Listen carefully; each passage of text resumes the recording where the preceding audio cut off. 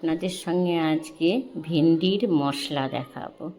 তা ভেন্ডিটা যার জন্য আগে ধুয়ে নিয়েছি, না ধুলে না পরে আর কি কেমন একটা লাল লাল করে ভেন্ডি খেলে। ওই যে দুমুখগুলো কেটে নেব, কেটে নেওয়া গেলে এবার মাঝখান থেকে চিড়ে নেব।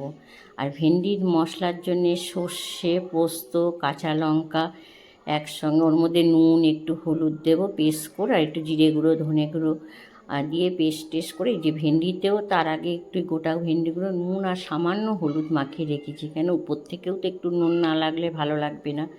এবার ভেন্ডিগুলো এমন করে মশলা দিয়ে আমি সাজিয়ে নেব। আর দেওয়ার পর সাজানো হয়ে গেলে এবার আস্তে আস্তে করতে হবে, কেন এগুলো আবার ভেঙে গেলে।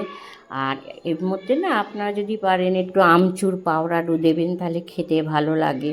হ্যাঁ, আমি যেহেতু ঘরে নেই আমি দিইনি গো। এবারে একটা কড়ার মধ্যে বসিয়ে কড়াটা ভালো করে গরম করে নিতে হবে, নাহলে লেগে যাবে। দিয়ে তেল দিয়ে, এটা অল্প তেল দিলেই হবে।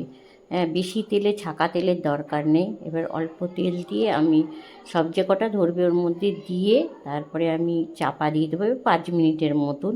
চাপা দিয়ে আবার একটু করে ওটাকে সব পুরো নেড়ে চেড়ে দেবো। নেড়ে দিয়ে তারপরেও আবার 2-3 মিনিট রেখে তারপরে ওটাকে নামিয়ে নেব।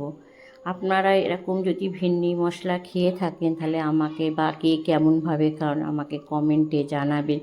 আর যদি ভালো লেগে থাকে আমারটা লাইক, কমেন্ট, শেয়ার করবেন।